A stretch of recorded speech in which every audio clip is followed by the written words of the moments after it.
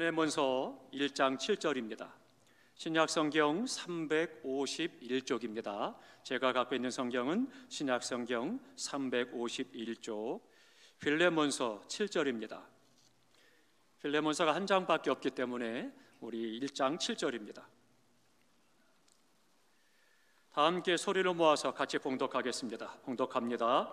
형제여, 성도들의 마음이 너로 말미암아 평안함을 얻었으니 내가 너의 사랑으로 많은 기쁨과 위로를 받았노라. 아멘. 아멘.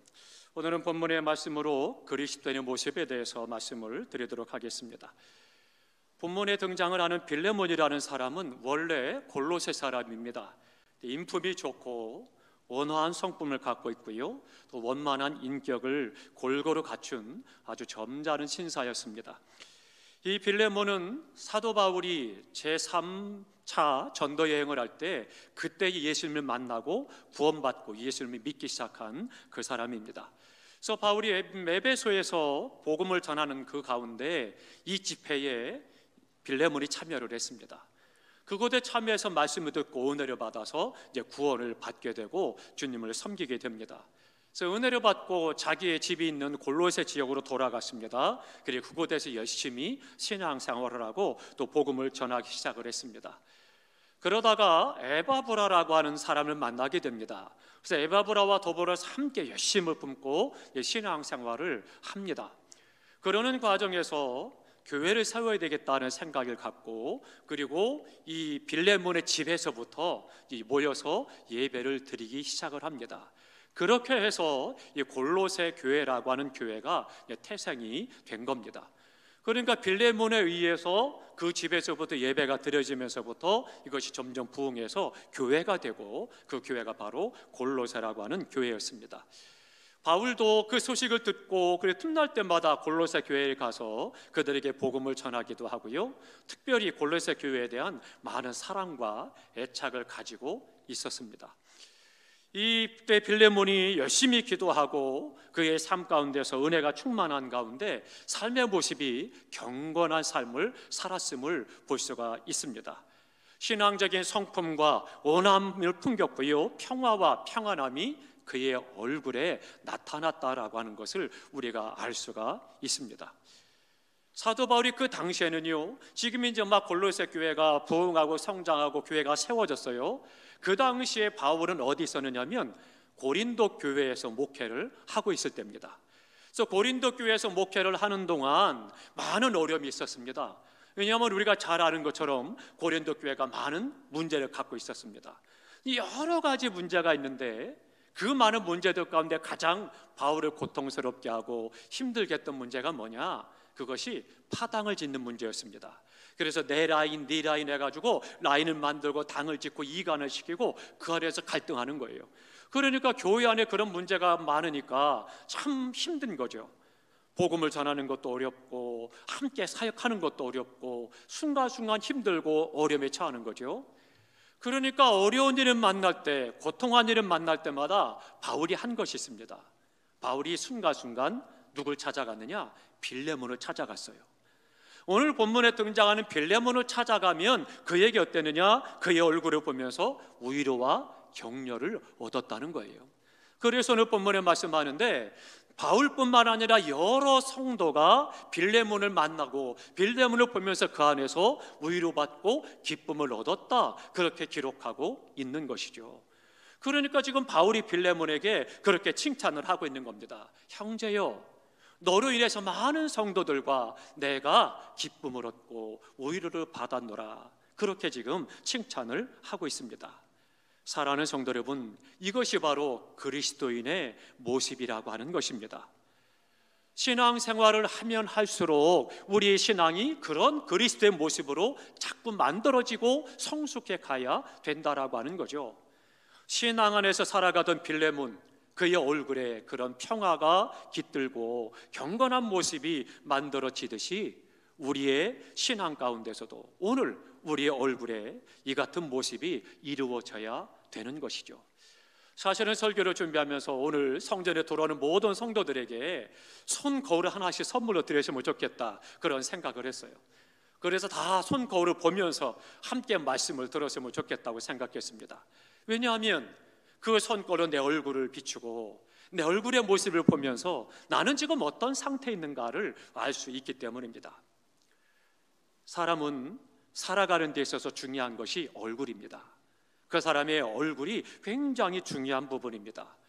얼굴은 그 사람의 추천장입니다. 다른 이름 없어도 얼굴만 보아도 이 사람은 어떻다, 추천장이 되는 거죠. 그의 마음은 신용장과 같은 것입니다. 그가 어떤 마음을 갖고 있느냐에 따라서 신용이 되는 거죠. 그러니까 그의 얼굴과 마음, 그것이 하나가 돼서 사람들에게 신용이 되고 그것이 추천이 된다라고 하는 겁니다. 그래서 얼굴을 잘 가꾸어야 되는 거죠. 얼굴을 잘 가꿔야 되니까 값비싼 화장품을 갖다가 계속 밤낮으로 하라, 그런 것이 아닙니다. 얼굴은 내면의 상태를 비추어주는 거울입니다. 내 지금 내면의 상태가 어떠한가, 내가 얼마나 주님을 닮아가고 있고 주님의 형상이 내 안에 있고 내가 얼마나 경건하고 그리스도인 닮은 삶을 살아가느냐, 그것이 내 얼굴에 나타난다라고 하는 것입니다. 그래서 얼굴이 중요하다라고 하는 거죠. 내면의 상태를 그대로 비추어주는 거죠.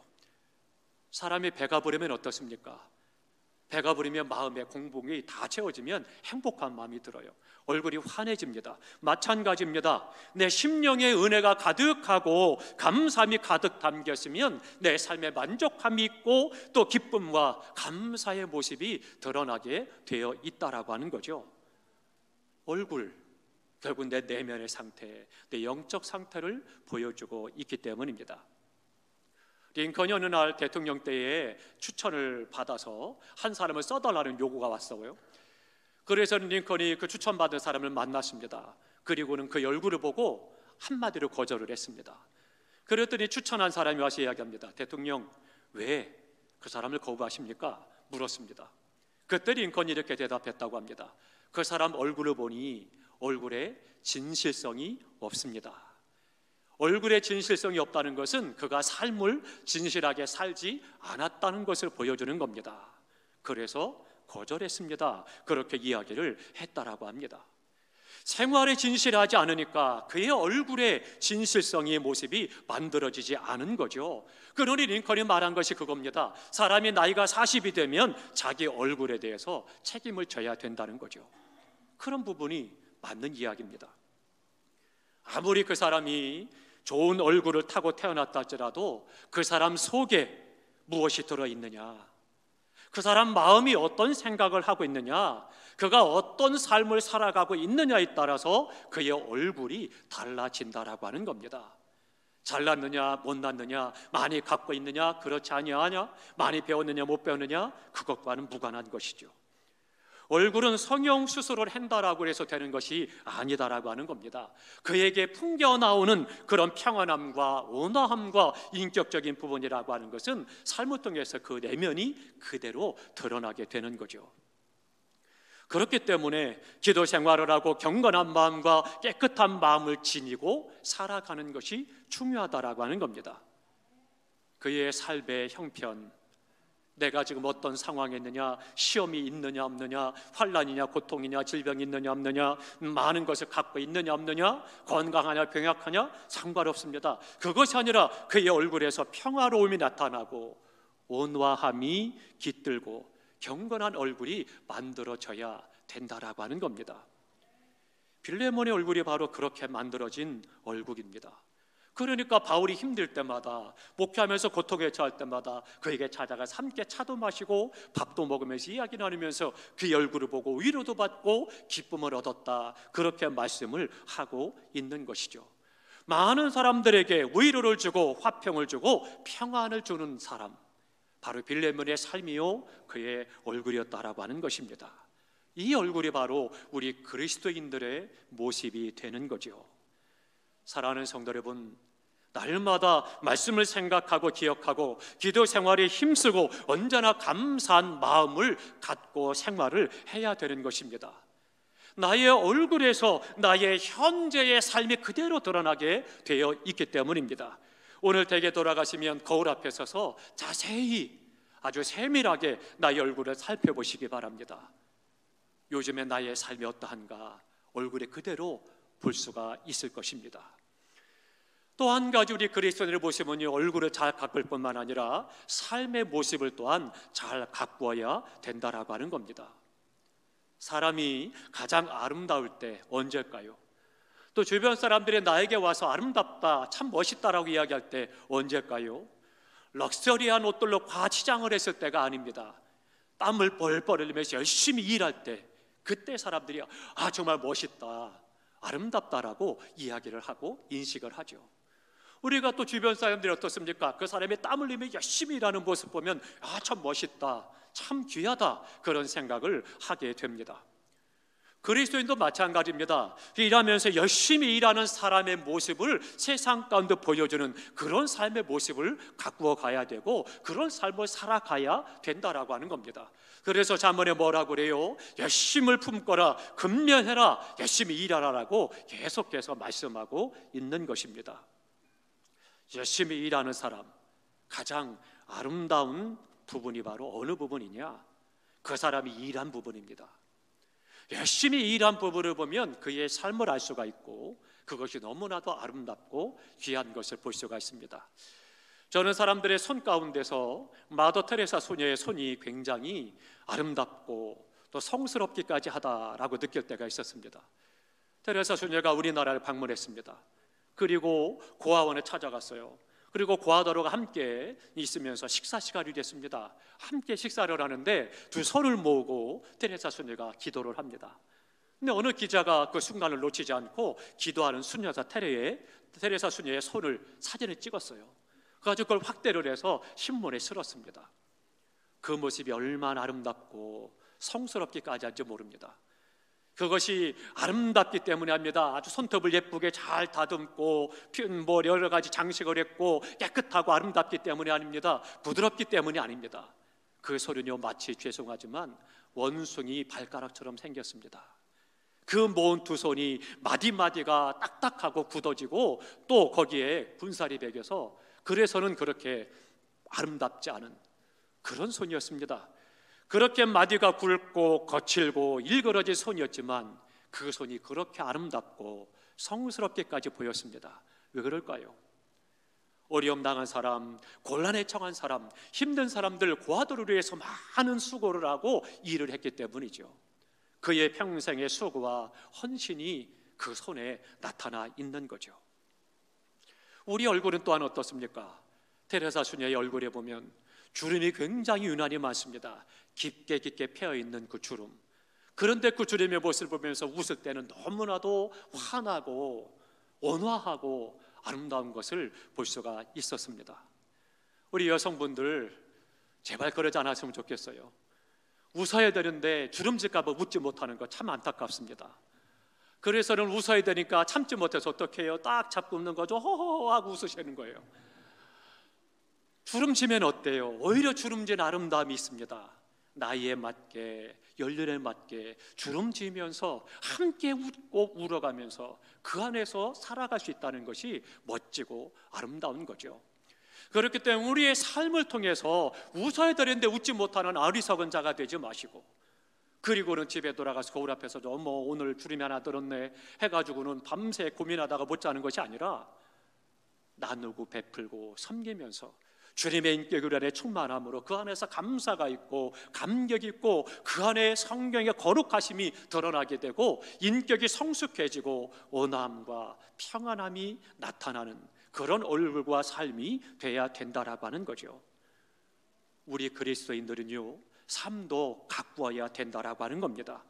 사람은 살면서 자신의 모습을 만들어갑니다. 그게 몸에 배는 거죠. 학교 선생들은 어떻습니까? 내가 선생이야 말하지 않아도 그분의 말투, 행동 거지를 보면 저분은 선생님이구나 금방 알아볼 수 있어요. 장로님들은 어떻습니까? 장로님들이 내가 장로야 라고 말씀하지 않아도 신앙하는 모습의 삶의 모습을 보면 장로님이구나 대박 알죠. 오늘 우리의 삶이 그렇습니다. 우리의 직업 또한 그렇게 드러나게 되는 것들을 볼 수가 있죠. 왜요? 그의 삶이 그의 몸가짐과 말과 삶을 보여주기 때문인 겁니다. 그 사람의 내면의 세계에서 풍겨나오는 그 인격이, 그의 삶의 모습들이 그리스도가 돼야 된다는 거죠. 내면 세계를 가꾸고 만들어야 되는 것이고, 거룩함을 품고 깨끗한 마음을 품고 또 지성미를 갖추며 살아갈 때 그의 삶 속에 고상함과 우아함이 드러나게 되는 거죠. 말 한마디, 그의 눈길, 손길 하나가 그것을 다 보여주게 된다라고 하는 거죠. 신앙인은요, 내면 세계를 아름답게 가꾸어 가야 됩니다. 아름다운 마음, 거룩한 마음을 품고 살아가야 된다라고 하는 거죠. 사랑하는 성도 여러분, 오늘 나의 모습은 어떠한지요? 은혜로 우리의 심령을 채우시기 바랍니다. 그래서 오늘 우리의 삶 속에서 겉모습뿐만 아니라 우리의 삶이 경건하고 그리스도의 모습이 나의 삶을 통해서 드러날 때, 그때 전도가 될 수 있는 것이고, 세상 사람들을 위로받을 수가 있는 것이고, 그 안에서 기쁨을 얻을 수가 있는 것이고, 그것이 그리스도의 삶이 돼야 되는 것입니다.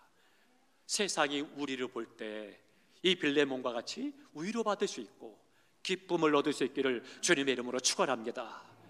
우리의 삶 속에서 예수 그리스도로 충만하고 경건하고 거룩한 삶을 살아갈 때 우리 안에 온화함이 있게 되고 평화가 있게 되고, 그리스도 우리를 만나는 사람마다 격려를 얻게 되고 용기를 얻는 삶을 살아갈 수가 있는 거죠. 사랑하는 성도 여러분, 그리스도의 정신을 품고 지니며 살아가는 사람이 바로 그리스도인입니다. 그렇기 때문에 우리 그리스도인은 우리의 삶 속에서 그리스도의 모습이 나타나야 되는 거죠. 그리스도의 모습은 오늘 빌레몬이 잘 보여주고 있습니다. 세상 많은 사람들이, 우리 주변 사람들이 성도와 성도 간에, 또 목회자 성도 간에 서로에게 그 모습을 보면서 위로받고 기쁨을 얻고 또 평안을 얻는 복의 통로가 되시기를 주님의 이름으로 축원합니다. 주님의 마음을 품고 말씀과 신령함과 주님의 정신을 언제나 사모하며 살아가셔서 참된 그리스도의 모습으로 서시기를 주님의 이름으로 축원합니다.